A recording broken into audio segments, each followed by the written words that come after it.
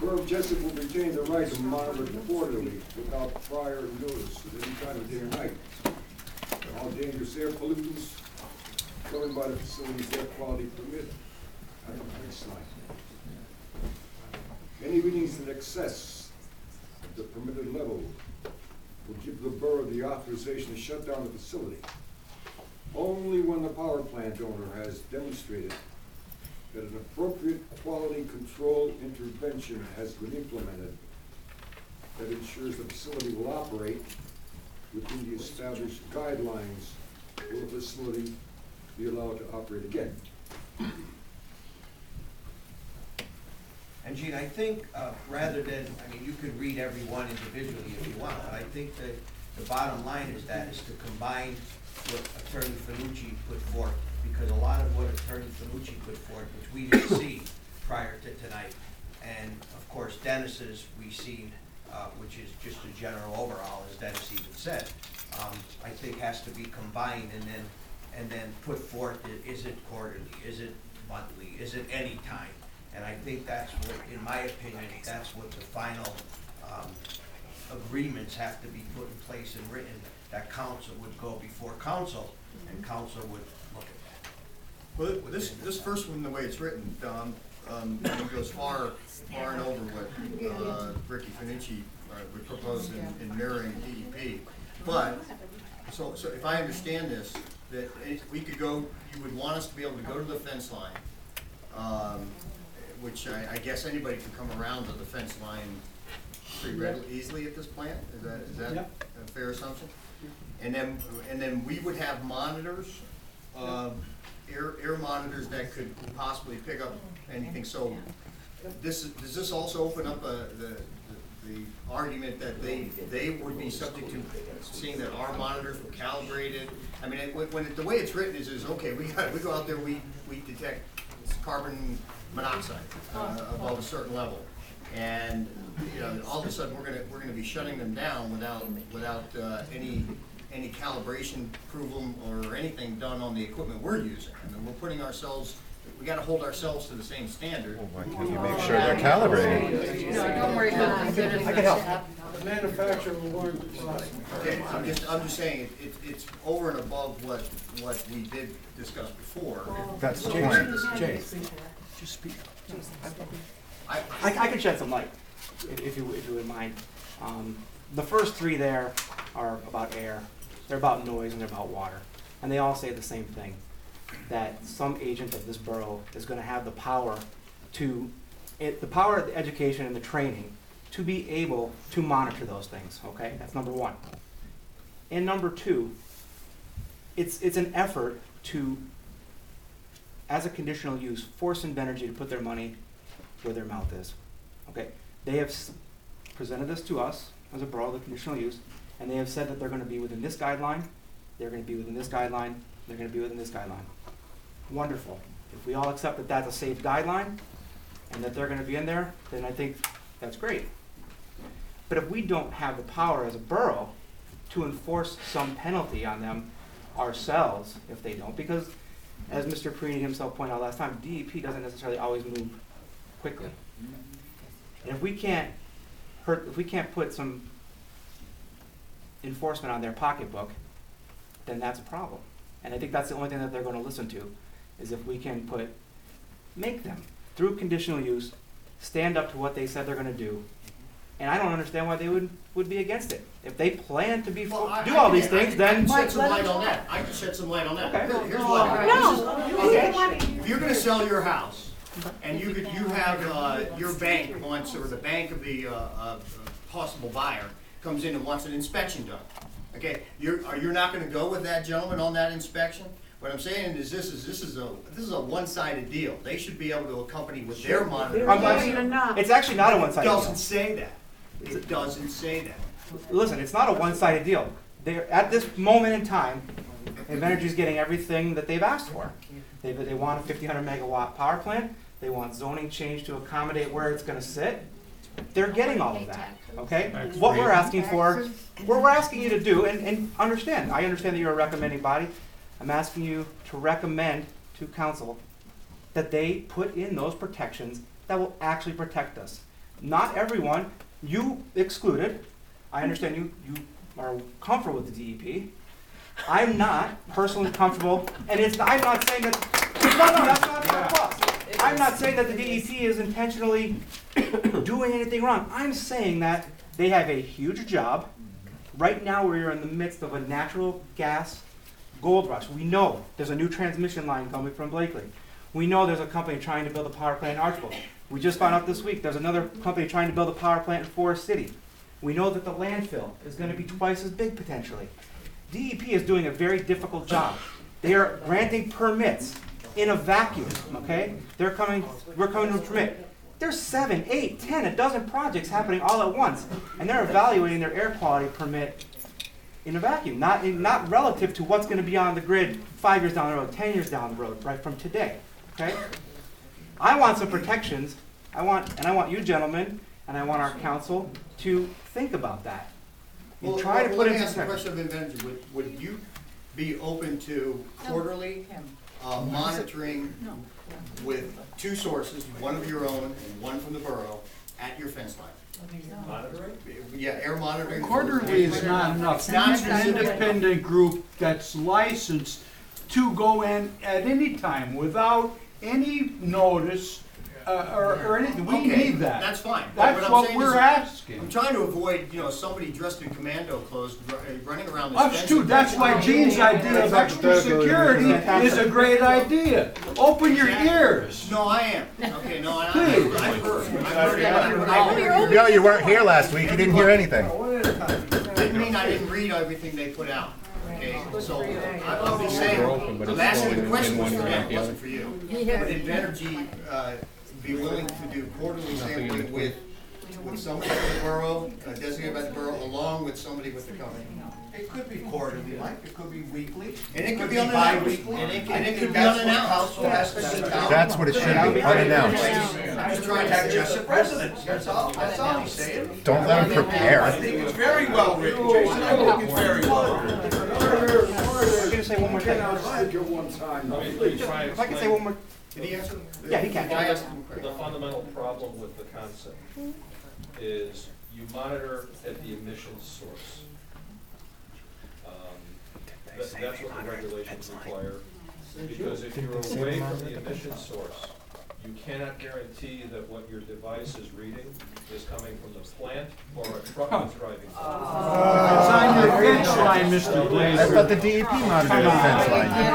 You bring the truck and set it wherever you want it, right? Have they do that? Does DEP have an air monitoring vehicle that they literally could take anywhere they want to put it? What I'm trying to say is that the way you enforce and the way you regulate emission sources is you measure at the source. You literally have monitors that go into the stack that measure at the stack. And that's, the regulations require us to do that. One to do. fence. Can be a truck going What this sounds like is that you could set up an air monitor But I thought the anywhere traffic on study said there's the gonna be perimeter no of the traffic site. up there. And if you do that, you don't know where if there's something that's above some certain level, you don't know if it's a function of the emission source on the site, or if it's a function of a truck that drove by, or anything. But if a baseline is got, That's absurd. if a baseline is obtained ahead of time, then you know what the normal There are two emissions are like reasons before it was for built. requiring measurement at the emission source. Number one, because that guarantees that the emission that you're reading is from that source. Number two, it obligates the operator to actually emit at a lower level, because we have to meet the regulation at the source, not at the fence line. At the fence line, frankly, if you could actually accurately read it, which you can't, your level would be lower than it is, for example, inside the stack. But it gives you So- some indication as to what's going on. I would be monitoring. If you're out of limits. So my Despite point, the my point imaginary is, dispersion and that's level. already covered by the conditions that we've already discussed. Yeah. We have a daily monitoring obligation at all emission sources. All of that data obviously is provided to DEP. One of these conditions requires also that we provide all that data as often as we do to DEP, or as often as the borough may want to the borough as well. That's what covers this, because, again, measuring at the fence line isn't gonna get you anywhere. If I could just add one, like, final part of that. Just don't want it. Yeah. Not We gonna could all, be a friendly neighbor. we could argue and agree later on how the monitoring should be done, okay, because I'm not an emissions expert. But I think what's important in those conditions is, in the last meeting we had here, Attorney Blazer had indicated that someone had asked about could we shut the plant down if they were violating the terms of the conditional use permit? And his reply was, in theory. I think we need, and I think, listen, we're coming and asking for help, right? We need to get beyond in theory. We need to be able to shut them down if they don't follow the rules that they've agreed to follow. And as a layman, that does not sound like an unfair thing to ask. They can open back up once they've fixed the problem. I mean, and they should not be afraid of that, because there seem to be honorable gentlemen who are saying they're going to meet these rules. Why are you afraid? You would think if you were going over those things, you'd want to shut down and get it fixed. Well, it looks to me like we need time to investigate that. Yeah, That's what I'm saying. that may be, yeah. You can't put a switch in Dominic's bathroom. No. And what happened is, you shut something down, and the immensity of this project, that it's like if I said I didn't like, what you were doing in your house, and I turned the water on. Sure. You know what I'm saying? Not only for health reasons, but if the pipes freeze in the house, so we have to have a compromise. Yeah, if we could come to some reasonable place where we have the authority to enforce these conditions within whatever the reasonable middle ground we come to is. So you agree it'll take time? I do agree it'll take time, but I don't want it to be all here, nothing over here. If we can get somewhere in here, I think we might be getting somewhere. Thank you. That's right. Thank you, Jay.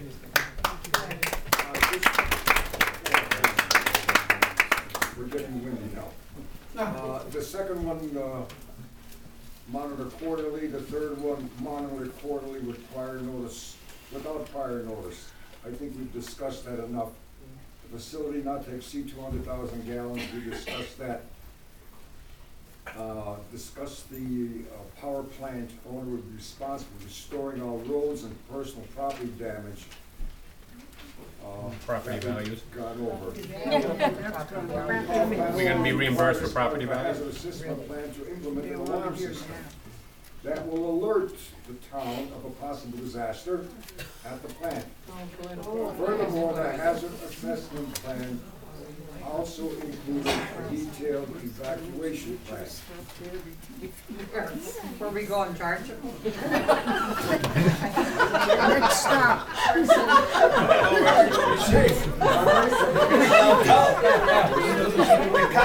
I think, Jason, the concept of that, if I'm not mistaken, was that a plan is in place that if something happens. That's all. Regardless of what you agree to, how you do that, have you in the past with what you've done, and this is not your first time at the rodeo, all right? Everybody could clearly see this is not your first time at the rodeo.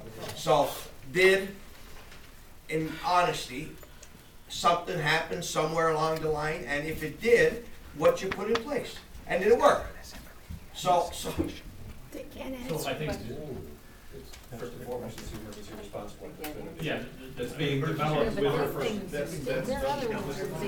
yeah. And again, I said a lot of them are intertwining. So I think we understand the concept. At the end of the day, the people who are in the best position to decide what that plan should include, obviously aside from the plant operator, is your first responders.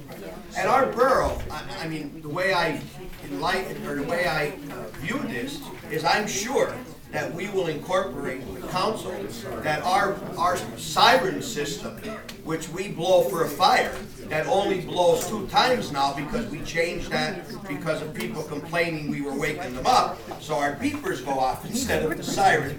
Maybe in a disaster, the siren's gonna blow for 10 minutes. or whatever. But yeah, I would think, Jason, that we would, absolutely, our council would want that addressed. And I'm sure Invenergy would want that addressed. We want to get the people safe if something happens. Like I said, those discussions began today with some of your fire protection folks. Yes, So- because, I mean, they have a fire in their plant with the size of the gas main going in their plant. It's gonna make the barrel place look like a There will be a Yeah. fire to blow up. fire plant. And If that should happen. TMG will be Hopefully, 11. they have the mechanisms that they could shut valves and shut it down. Cool it down. We do, that was discussed the first time we were here on the 21st, Yeah. that those, all Go ahead. of those inlet places all have both manual and automatic shut-off systems. If Invenergy doesn't have enough money to donate an air quality detector for Jessup to use, and they don't agree to us using it outside, will they at least agree to buying us a canary as part of the early warning system? And that'll be reminiscent of, that'll be reminiscent of the coal mine era with the big full buses. But And what again, they, that's how our they screwed council's, the valley too. I believe that's our council's place to put these buy the protective ordinances in place, that we all are protected as citizens of the borough of I'm gonna Jessup. start making And if t-shirts, we energy need moves canaries. forward with the billions of dollars they need to spend to do this and to earth. So I think that's an important part of what has to We be know done. we need to evacuate. What's the evacuation radius? Trust them, There is a trust the disaster. canaries. Is there an evacuation? Radius? A I radius. would be perfectly blunt, I've never seen an evacuation plan for a gas-fired power plant. Why not? Nuclear power plant? Why not? Because the hazards that you're dealing with are not that complex, and not that. Except the plant that blew up a few years ago? what the code So there was a fire at a gas-fired Any- plant near anytime you're looking Pittsburgh, at it was where 2 the miles. you have Cancer to is plan really has bad.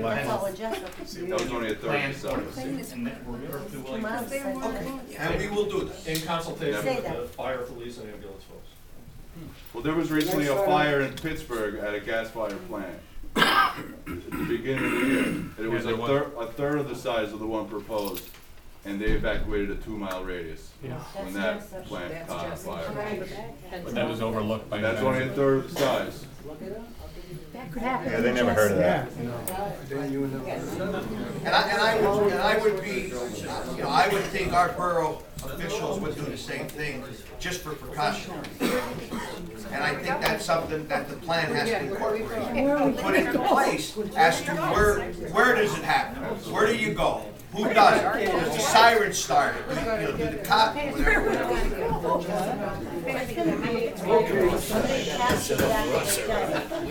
Design requirements of glass walls around all combustible buildings and equipment to diminish the likelihood of an explosion at the plant that will endanger lives or properties of the surrounding businesses or townspeople. We're gonna comply with that, that's in the application. Again, we're going to work out the emergency response plan, with your first responders. We have a hazard assessment in the application which identifies, any potential hazard that may result from this facility. There's frankly no evidence whatsoever that this is a legitimate concern. All right, but frankly, if your fire folks say, Not in the we way of want the this box. in your ERP, then it'll end up in the ERP. Gee, the next two we went over already, Yeah. or the next three, actually. That's the evacuation alert. Everyone leave the building. Do you have any? Blowing up. Maybe